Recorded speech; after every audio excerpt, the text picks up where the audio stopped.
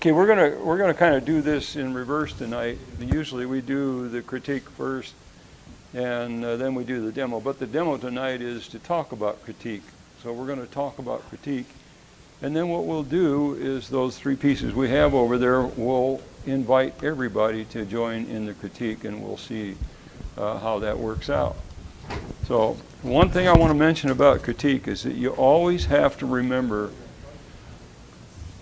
that a critique is an opinion, and there are not two people in this room, in this world as far as that goes, that are going to have exactly the same idea about a critique. Also, ergo, that means you really don't have to accept it if you don't like it. So the objective of the critique is to improve the work. That's why we do it. And I've traveled around, I've done demos for a lot of chapters around the country, and I can usually tell that when I walk into a facility and look at their display table, I can usually tell you with about 95% accuracy whether or not they do critiques. It makes a huge difference, because we all the AAW chapters tend to teach us how to do things, but they don't teach what to do. The critique is a difficult thing to get started in a group.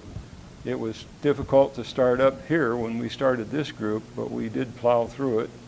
And one of the things we did is, because the AAW, when they have their national symposiums and they have those huge instant galleries, they do a critique session in there that's formal, usually an hour to an hour and a half long. It's like one of the rotations almost. And it's a very popular thing to have people follow them around, and they'll pick out certain objects for one reason or another and talk about them, and it's a tremendous learning experience. That's what the critique should always be. Whatever you touched must have been it. So,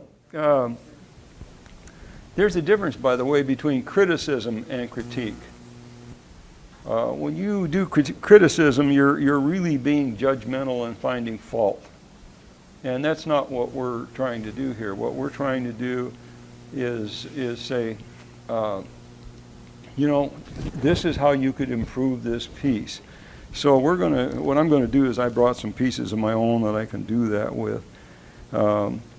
Ideally, criticisms should come from people who have some sort of recognized expertise. It would not probably be very productive to take a person who's a brand new woodturner and maybe brand new to woodworking, so they didn't even know the difference between having sanding scratches and not having sanding scratches, to have them do a critique. We have done in this chapter, and I think we probably ought to go back and do it again from time to time, bring in other people from outside this group to do critiques. We've had people come from Blackhawk College and from Quad City Arts and places like that, art professionals, you might say. And it's good to get their point of view about things.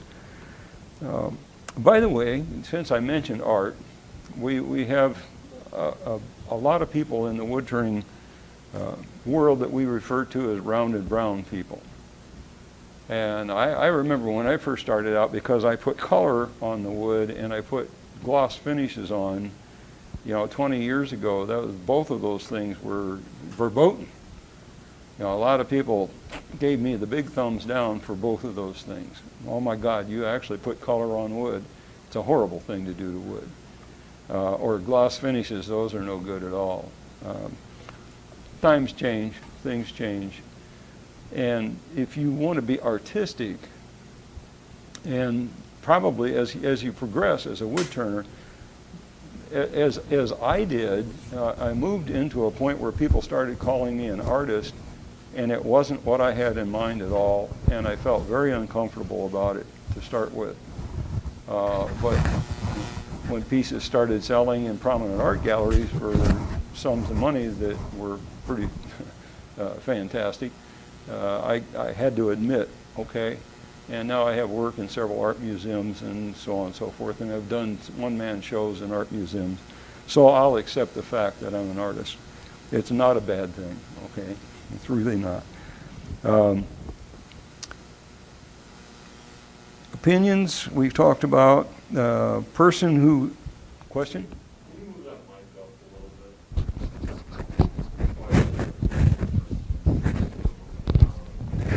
bit? Okay, is that better?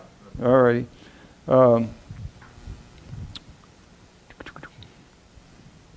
When you're doing a critique, obviously you should have the goal of the person whose work you are critiquing in mind.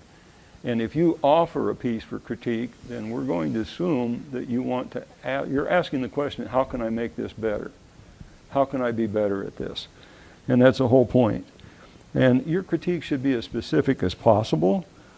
If you're receiving the critique, you need to keep an open mind. You avoid arguments or excuses. If somebody points out the fact that there's a sanding scratch or a tear out, you don't need to explain why that is. It just is, and you're probably going to hear that it would be better without the sanding scratches, whether you have an excuse for that or not. If you don't understand somebody's critique of what they're talking about, ask for an explanation. And if it's inconvenient to do that during this part of the meeting, approach the critiquer afterwards and talk to them about that. Keep that on a pleasant, positive means.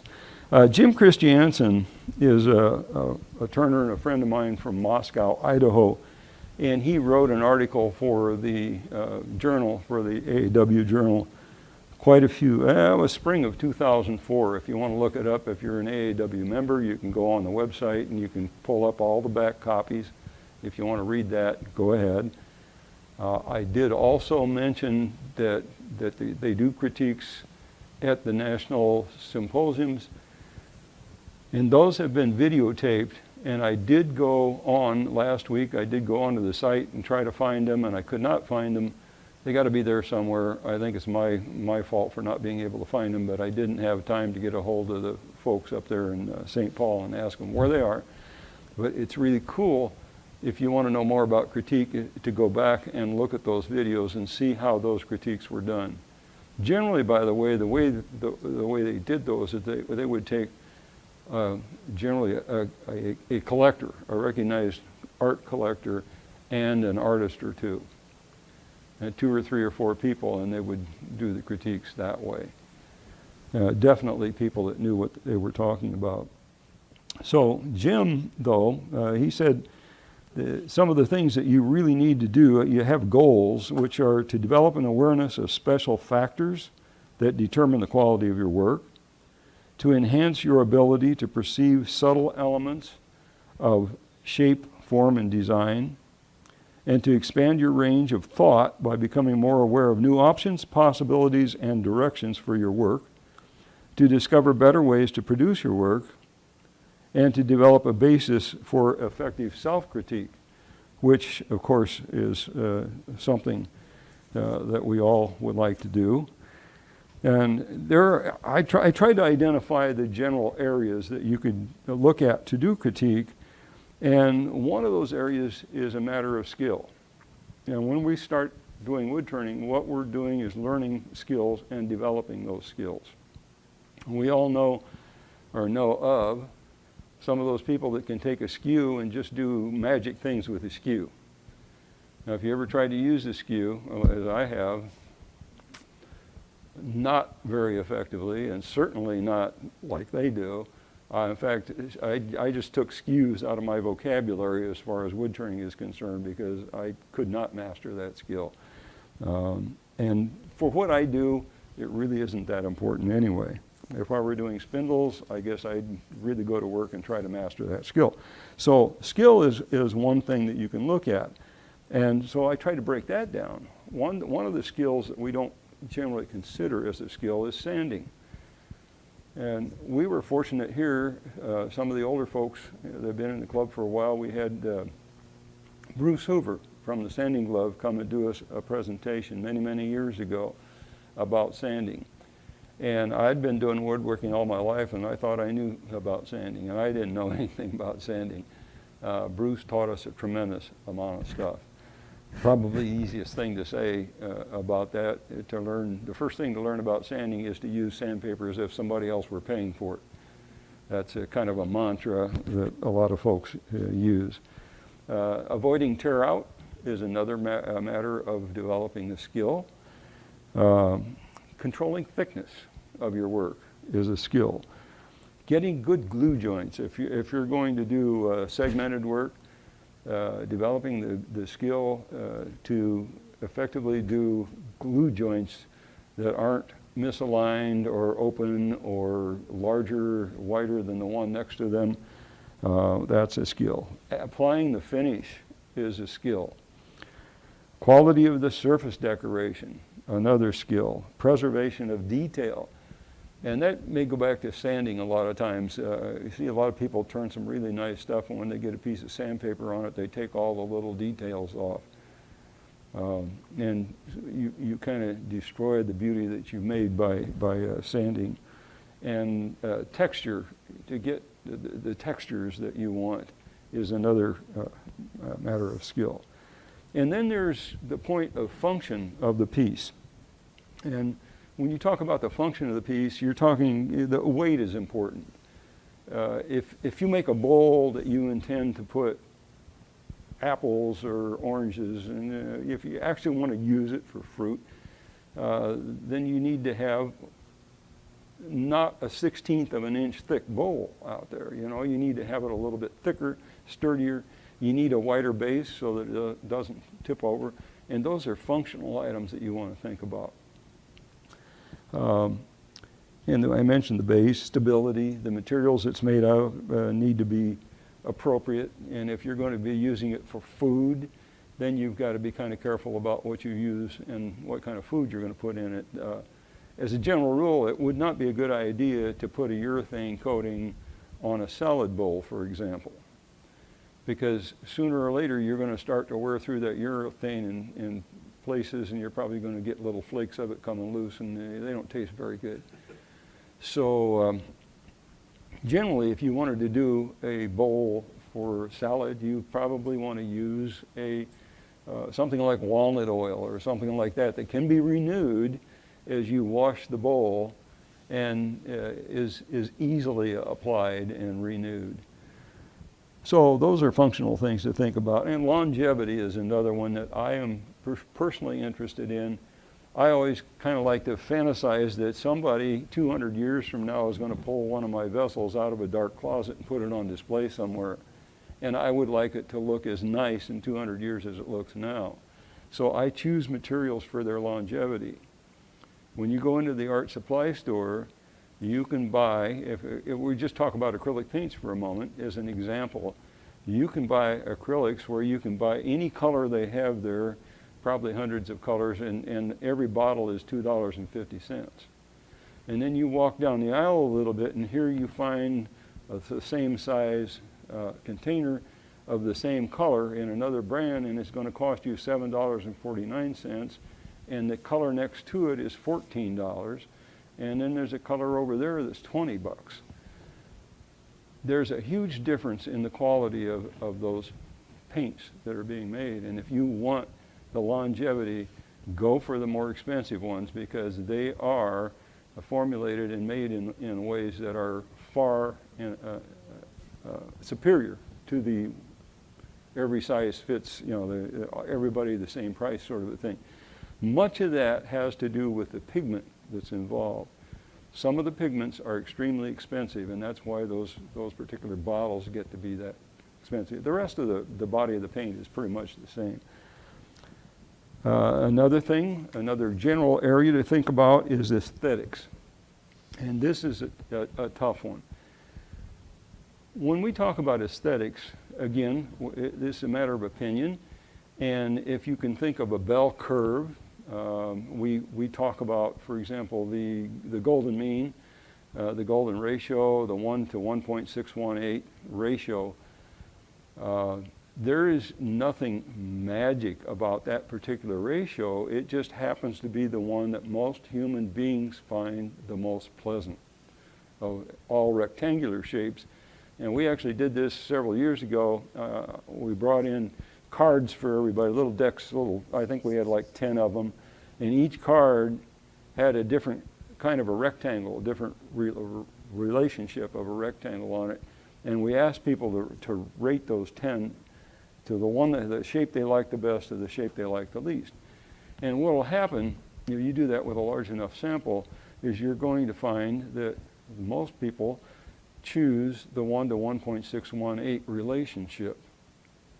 So while you personally may prefer one that's closer to square than that, and somebody else would prefer something that was different, most of us are in the top of that bell curve, and that's why we consider that ratio to be kind of a golden mean. Yeah. So when you talk about these aesthetic things, bear in mind that that's what we're looking at. You know, there aren't very many orange vehicles, personal vehicles, out on the road. Why is that? Do we not like orange?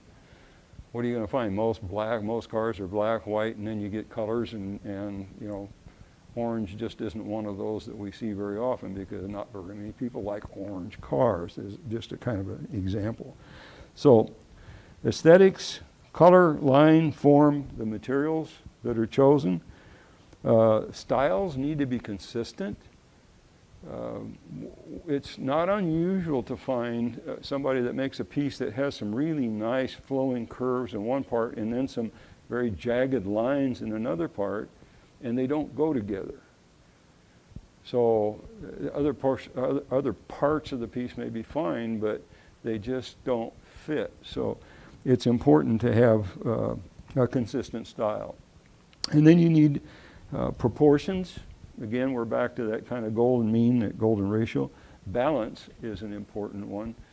I've seen a lot of very nice pieces, but the balance, when you look at something, the balance looked like it wasn't right. It was top heavy, or it was too thin on the top and bottom and really big in the middle here, and it just didn't feel stable when you look at it. So balance is important. Focus. When you create a piece, you can cause people to draw their attention to certain parts of it, and that can be a powerful tool to use.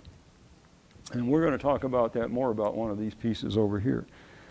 A positive and negative space are important. If you're doing piercing, you've got your choice of piercing. The pattern that you want would be the part that's missing or the part that you leave behind.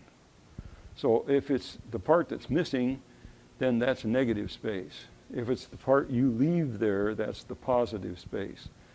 And the use of positive and negative space can be played with in a lot of ways. Your intent is important.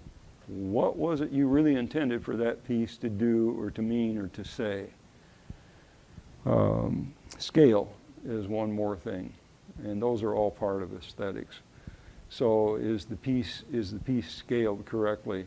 Did we make a really nice little object here that's just exquisite and beautiful, and then do we put a great big lid on it that is not scaled to the rest of the piece, as an example? So that's, anybody have any questions about anything so far? Yeah, please.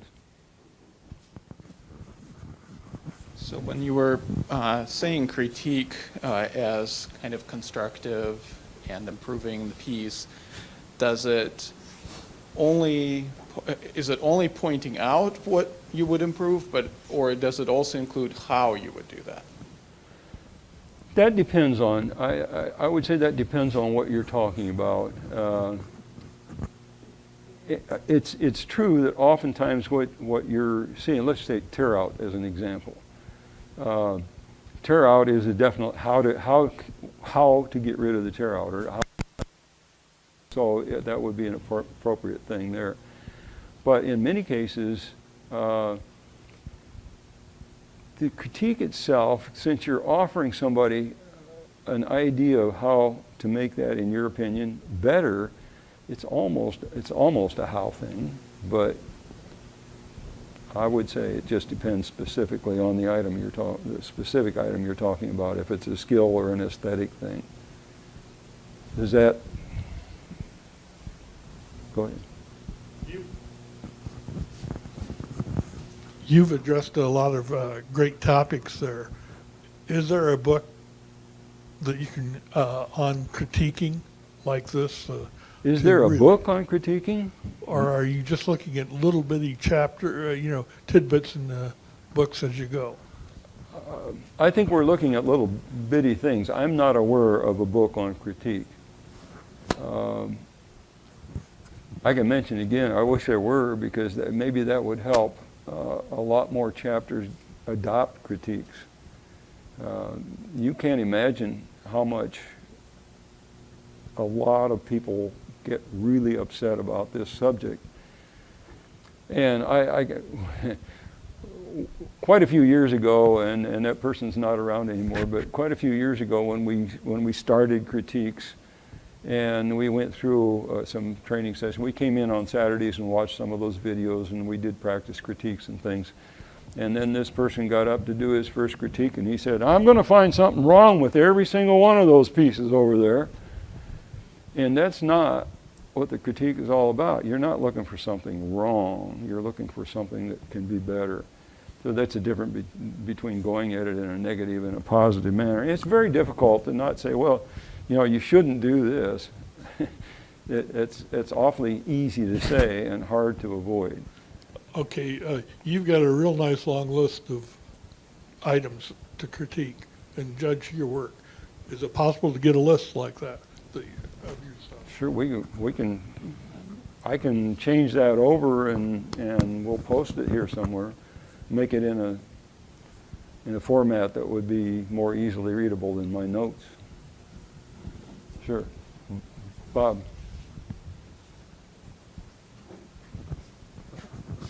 The meeting notes that we'll send out next meeting will have a lot of these things mentioned as well.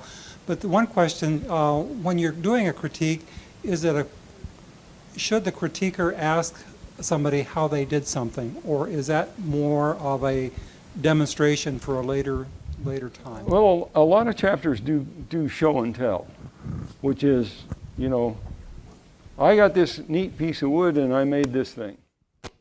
So it gets to be a little more than that, but basically, what did you learn? And that's kind of what you're talking about, sort of a deal. And actually, yeah, and you can ask somebody, absolutely you can ask somebody, if a new technique shows up or something that you like particularly well that you're not familiar with. We don't all know it all. It would be really neat if we had somebody in here that could stand up here and critique every single piece of that comes in, because they know everything about all of it. But we don't have that person here. We're not going to have that person here. So we've got to be, there has to be some faulty things going on with our critiques. We're not going to be perfect. We just try to help each other out. So critiques and show and tell are not the same? They're not the same thing at all. No, not at all. Because you will just let's switch over here for a second. Maybe this will become more clear, but I don't know what we're seeing. Oh, okay. Is this going to be our close-up? I'm going to start with this one right here. Now, if you look closely at this piece, you can see that the rim here is pretty uneven. I believe that you can see that it's pretty thick. It varies from maybe 1/4 of an inch here to down right about here. It's probably 3/4 of an inch, and then it gets even thicker than that. And between the bottom and the base here is probably 1/2 an inch. But if you can see on the inside of it, if I can turn that right and catch, see all the tear out in there? So this is a good example of a piece that has a lot of tear out, and it was also made of very punky wood. So the thing is, if somebody brought this in and wanted to do a critique, what you're trying to do is point them in a direction that can get them to make this kind of a piece when they're making a small, deep bowl. Well, look at the difference here. We have, first of all, this rim is nicely undercut here. Difficult to do, but gives a really nice little shadow on the inside of here. Looks beautiful. It's got a nice sharp little curve here and a rounded edge. As we go down here, there are several, and I hope again that this is showing, there are several little details here. There's a little kind of a dovetail here and another little tiny bead right here. And then this flat bottom here is inset with a step, and then the base here is slightly bowed. This one was, by the way, this one was mine, and you know, like everybody else, I started out this way, so no different. People tell me all the time, well, you got talent. Well, it isn't talent, it's learning and determination that gets you from this to this. There isn't any magic talent that will do it for you. So this was Don Manns, who was a good friend of Ben Fo's, worked with Ben Fo, and a friend of mine also, who's no longer with us.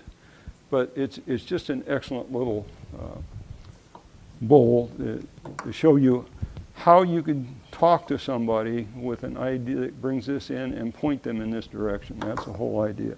Here's another one. We're going to look at this. This has a contrasting stripe.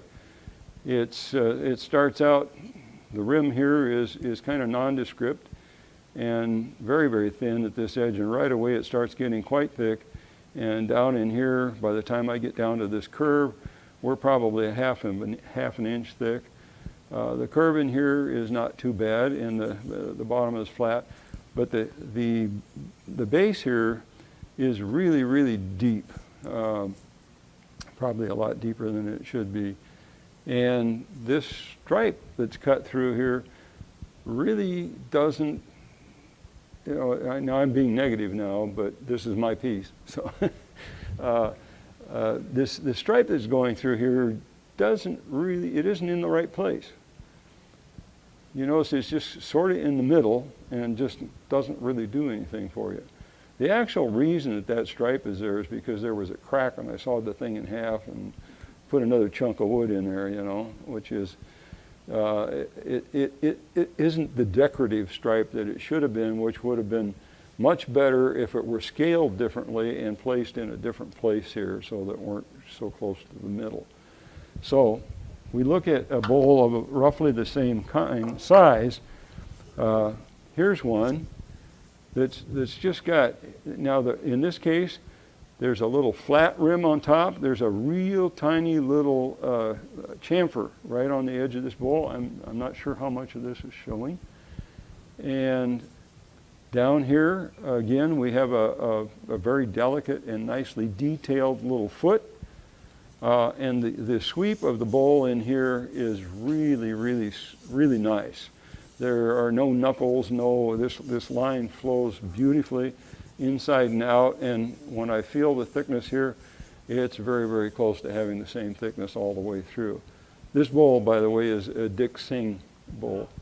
So again, what would you say to the person that brought this in to point them in this direction?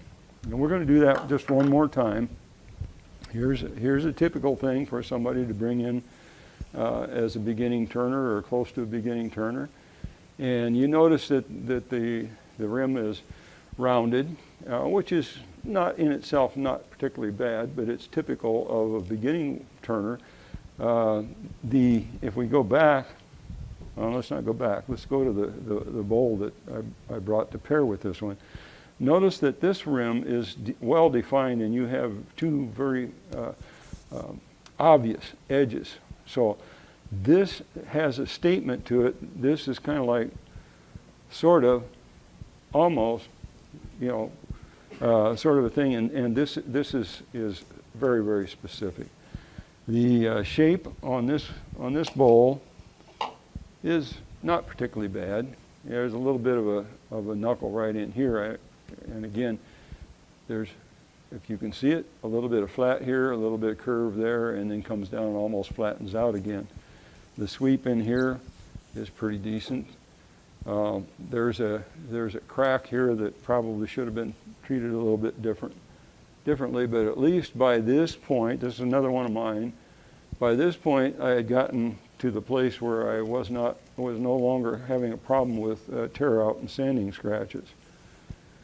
So the objective, again, is to get from something like that to something like this. And this is another Dick Sing, very, very nice lines, no flat spots, very nice detailed base. Dick's the same base as the other one. So he's being consistent about the style of his base. That becomes a kind of a key signature point on somebody's work. So again, think about what you could say. Any questions now to this point? So I think what we're going to do for the critique tonight is I'm going to grab these one at a time here and bring them up,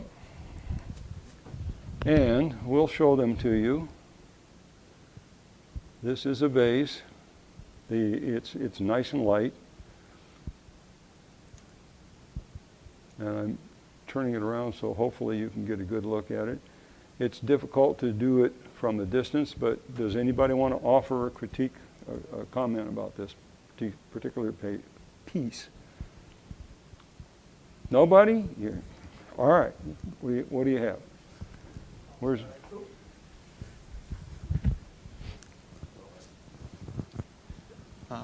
Well, I kind of saw it a little bit closer up during the break, so it's not quite at a distance, but I do like the proportions and the shape and kind of how it flows. That it's, I don't know if I want to say, it's kind of a classic shape in that sense. There aren't any weird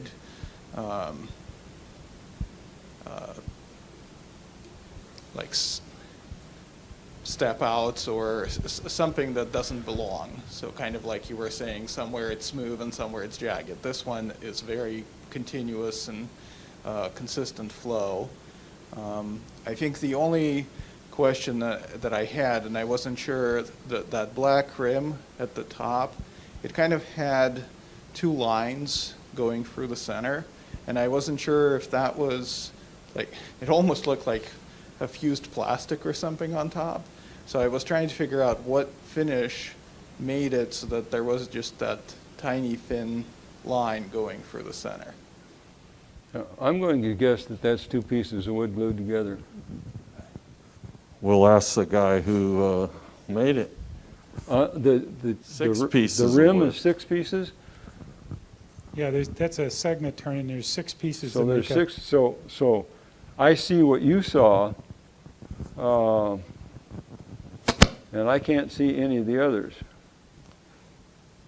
So I don't know what to say about that. But this is a toughie, and the reason that this is a toughie is because it's really well done. You know, I can't see a sanding scratch on this anywhere. The joints are all nice and tight that I can see, with the sole possible exception of this one that we're talking about, which I don't know if the camera's going to pick this up. It's really hard to see, but you can see the line right through here. Not sure why that is that we can see that one. And it may be a case that this might have moved a little bit since it was made. 2 years ago, yeah, okay. Right. So that would explain that.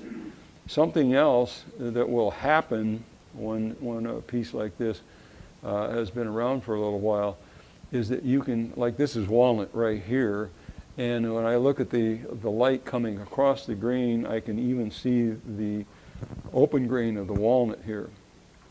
When these, if you used a urethane or a varnish, when that's first applied, you don't see that.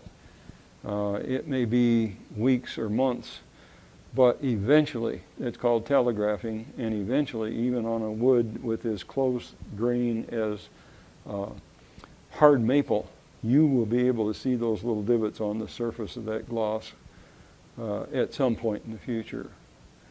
And so far, there isn't a solution for that unless you like to go in and use a grain filler, which can be really difficult to do on a fine grain wood to start with. You can't get it to work into the grain. So there isn't a lot that we can say to this person here that has already made a piece that is very, very well done. But we can all learn from that just by pointing out the good parts, which is exactly what you did. So that's great. We're going to take the next one here is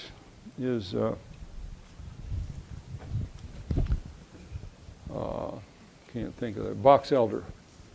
Box elder. And something, by the way, I was so disappointed when I started trying. The first time I got some red box elder like this, I made this great piece and ended up in a gallery, a sales gallery in downtown Davenport, which no longer exists. And they had it in the window. And I went in, I don't know, it was probably there for a couple of months, hadn't sold, and I went in one day and I thought, what happened to that?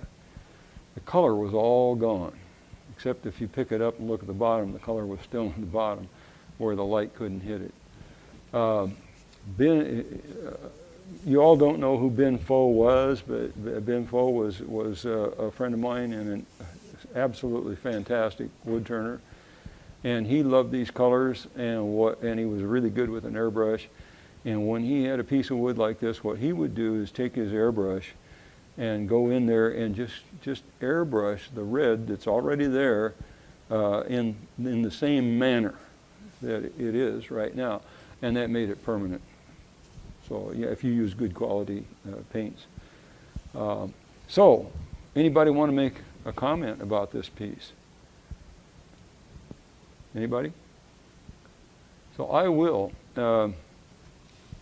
I could comment that the edge, this has got a nice flat rim on the top, that the edge of this rim could be sharp. However, there's a caveat there. This is a style that really does match this whole piece. So you could do that either way.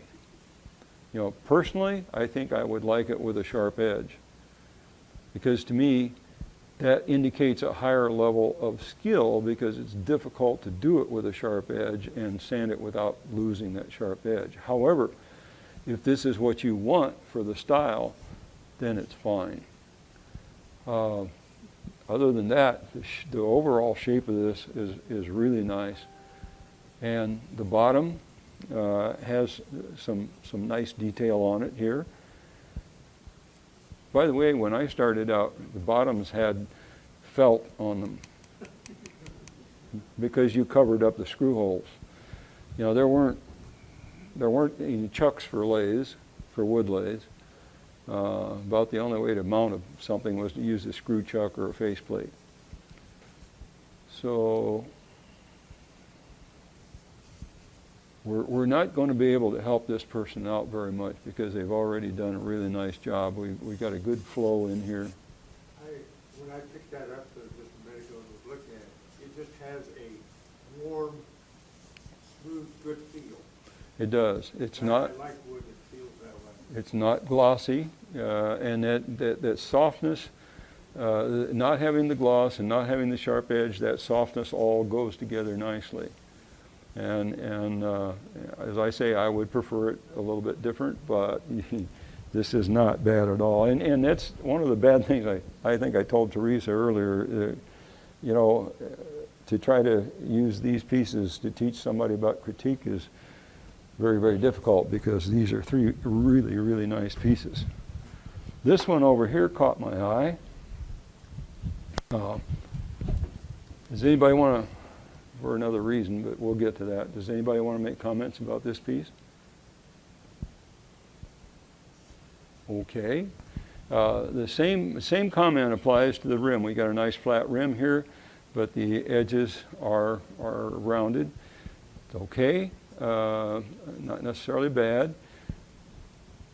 The shape, the overall shape is pretty good. There's just a little bit of an extra, I don't know if you guys can see this. Yeah, you should be able to catch that. Right around through here, there's a little bit of a knuckle. In other words, this line that's coming down here, all of a sudden takes a little extra kind of a turn, and then it comes back to what it was before. So there, by the way, is Dale Hupp was telling me earlier that he was trying to get shape right. And what would you say, Dale? How much wood did you?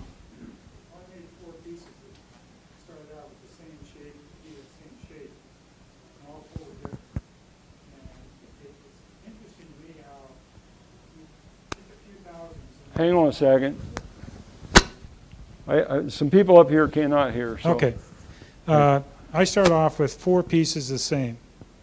Basically, it's a segmented piece, so the segments were all the same size, so forth and so on. So my plan was to make them basically the same shape. And I was fascinated with how just a few thousandths off of one shoulder or the other shoulder really changed the shape of the whole piece.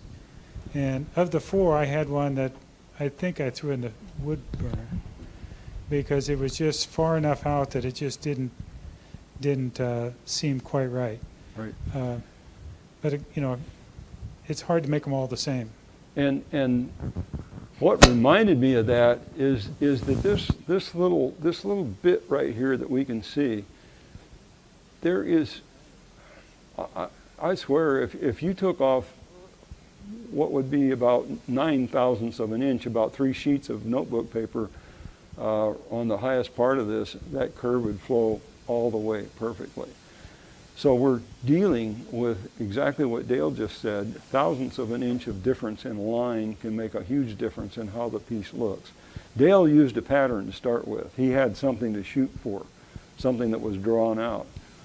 So anyway, bear in mind that to develop that, let me use another example. Joe Merihage and I, most of you know that Joe Merihage and I work together and make a lot of those vessels, and they're in a number of galleries around. But when we're working together and we make a vessel, when we get to the point of putting the exterior shape on it, that's when we work together.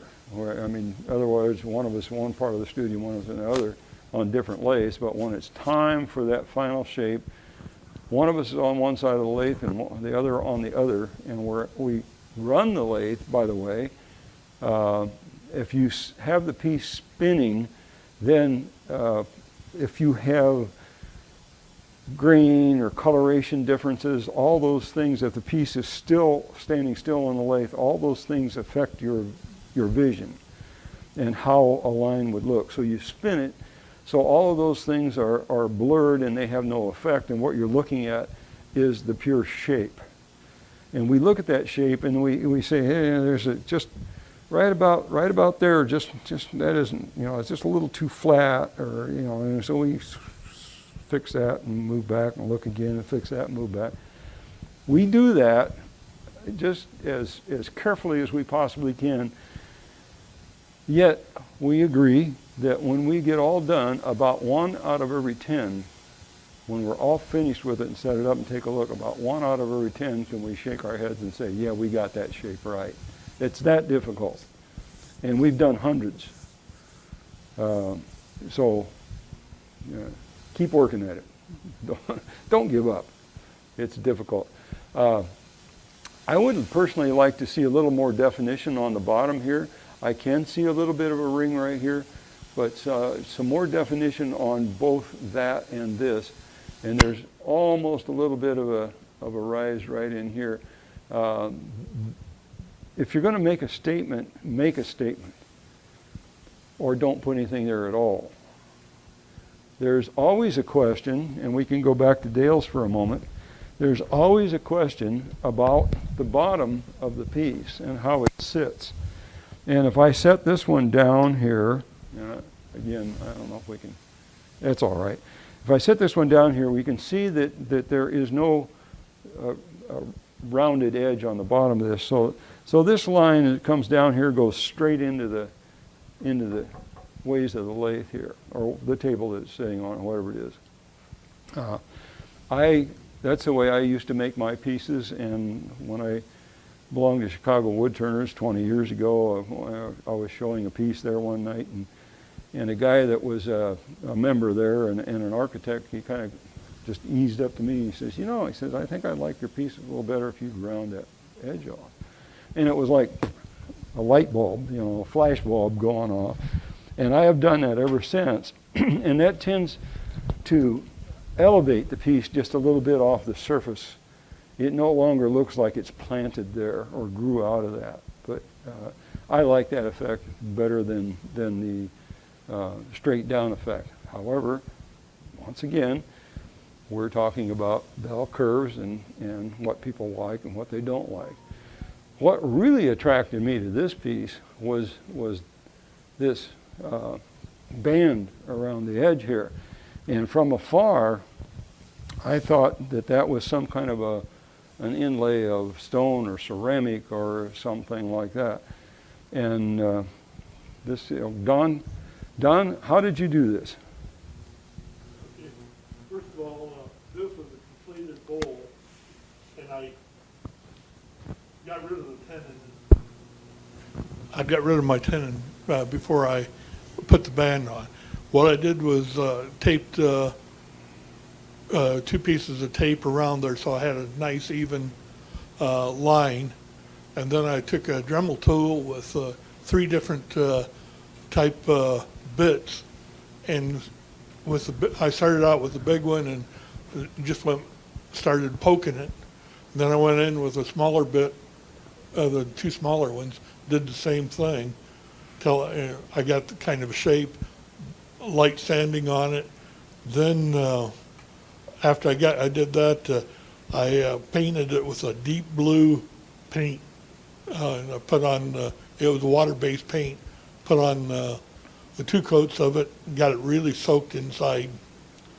Then it dried very quickly. And then the next thing, I took a medium tone blue with what's called the dry brush technique. And for those of you who don't know what it is, it really is literally a dry brush. And instead of poking it into the holes, I caressed it. Right. And then I put on a real light coat of blue on it, almost a white blue on top. Okay, now we asked him. And somebody said, should you ask? Yeah, we did, because this is something that I didn't know how to do. I don't know if anybody else did.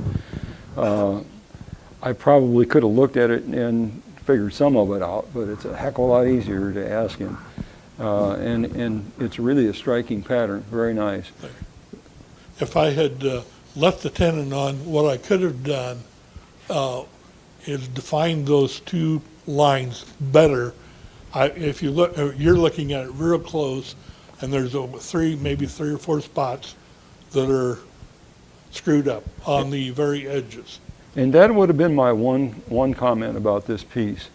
And by the way, you should try when you do a critique.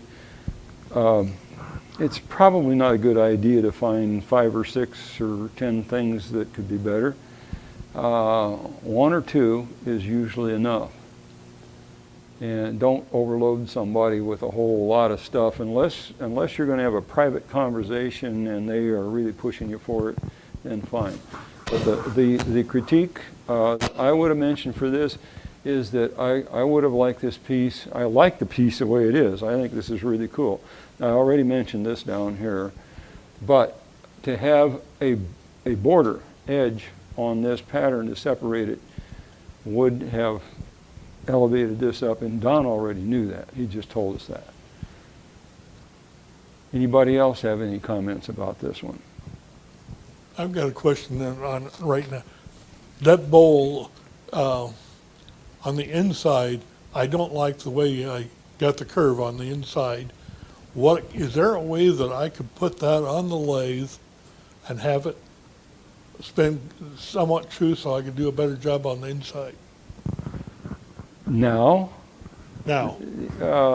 you could make a jam chuck and, you know, take a piece of scrap wood and fit it so you can take a piece of cloth or something like that and stick it in there and have it held by friction. Or you can get a vacuum chuck, which would do essentially the same sort of thing. But you know what? If I were you, I think I'd just do it again.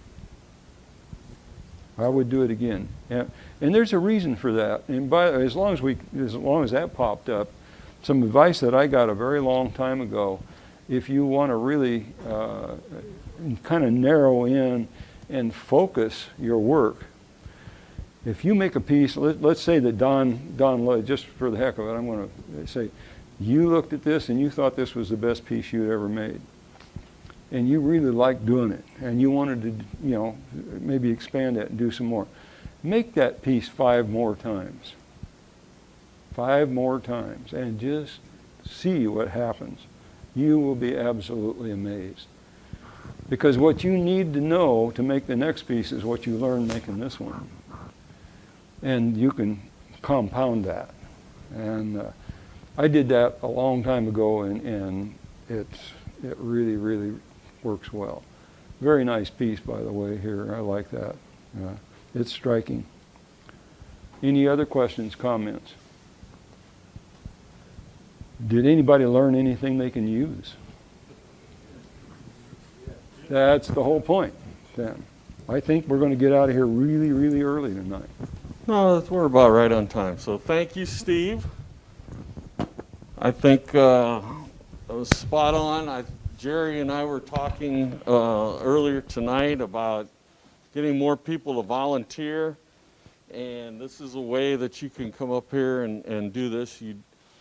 From a club leadership perspective, we've struggled getting the same people up here all the time to do it. We want different perspectives, and we also, as you can tell tonight, we only had 3 submissions for the critique, and other nights we've had maybe 15 or 20 pieces over there. So first, we want to encourage everybody to bring something in, no matter how simple or how complex. It's not a competition at all. You're coming in here to improve your work, to learn, and everybody can learn from virtually everybody.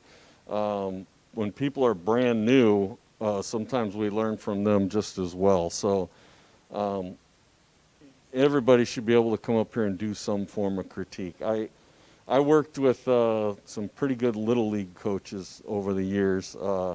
I was nobody's baseball strategist. I was the nerd doing the book in the dugout that nobody wanted to do. That, and I was good at yelling at the kids. So that's what I did. But I watched some of these coaches, and one of them in particular was really good dealing with the fragile ego of an 11 or 12-year-old boy. And if they screwed up, he would tell them, all right, this is what you did, this is what you could do better, and then he would always finish it up with, I really liked how you did that, though. And he really just had a knack for that, and that's something that we try to do here is, I think maybe you could do that better, or I like this, or I don't like that. And then at the end, something that you really like about the piece, I think, goes a long way to help everybody. And at this point in our lives, looking around the room here, we should all have a pretty thick skin and be able to deal with a little bit of criticism. And I think we do a pretty good job of not tearing people down here. So bring your stuff in for a critique, and if you're asked to do the critique, don't shy away from that, because you don't have to be an expert to do it. We all learn from each other. Any other questions before we call it a night? All right, we'll be here, what's the date next month? See if we get this right this time. 19th, October 19th. Alan Stratton will be doing a video presentation up here, so we'll be watching that. But we will, unlike tonight where our Zoom participants are not interacting, we will be able to interact with Alan and ask him questions and learn that way. So we'll see you then.